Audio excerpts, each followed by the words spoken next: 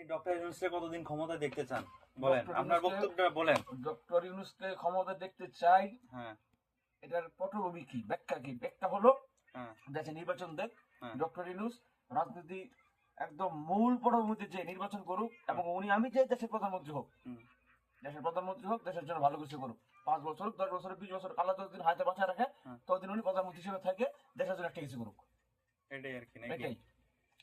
তো শেখ হাসিনা তো ক্ষমতায় থাকলে এতক্ষণে শেখ হাসিনা আমার কথাটা শেষ করতে দাও, যে শেখ হাসিনা ক্ষমতা থাকলে আরো তো 3 বছর থাকতো নাকি? সেই 3 বছর ডক্টর ইউনূসকে দিয়ে দাও, 3 বছর সব দেবে। করুক সে। নির্বাচন করে ডক্টর ইউনূস প্রধানমন্ত্রী হিসেবে আসুক। 3 বছর নয়, যতদিন বাঁচে ততদিন করুক।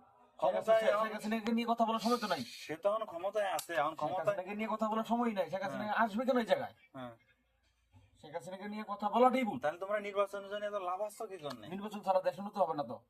দেশে সরকার লাগবে। দেশে কয়দিন উন্নতি হয়নি না কিছু? না না না, এগুলো দেশে কি সরকার হয়েছে? লাগবে। যে দেশে সরকার নাই, সেগুলো সরকার না। যে দেশে সরকার নাই, সেই দেশে কোনো ভাবমূর্তি নাই। দেশে সরকার লাগবে। যে ডক্টর ইউনূস কি সরকার না? না না না, উনি সরকার না। কি তাহলে? নির্বাচন ছাড়া কোনো সরকার হয় না।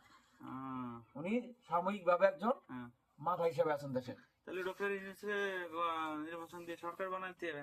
হ্যাঁ, ওইটাই। জনগণ তো চাচ্ছে ডক্টর ইউনূসের সরকার। আমি সে কথাই বললাম যে ডক্টর কোনো ইউনূস তো নির্বাচন। কোনো একটা রাজনৈতিক দলের সাথে সম্পৃক্ত হোক, হ্যাঁ। সে যে কোনো দলই হোক, এটা ডক্টর ইউনূসের ব্যক্তিগত বিষয়, যে কোনো দলের সাথেই হোক, হুম। হয়ে নির্বাচন করুক, প্রধানমন্ত্রী হিসেবে আসুক। ঘুরে আমরাই চাই ডক্টর ইউনূস ক্ষমতায় থাকুক, হ্যাঁ, অসুবিধা ওরাই কি? চাই। ঠিক আছে, ঈদ মোবারক।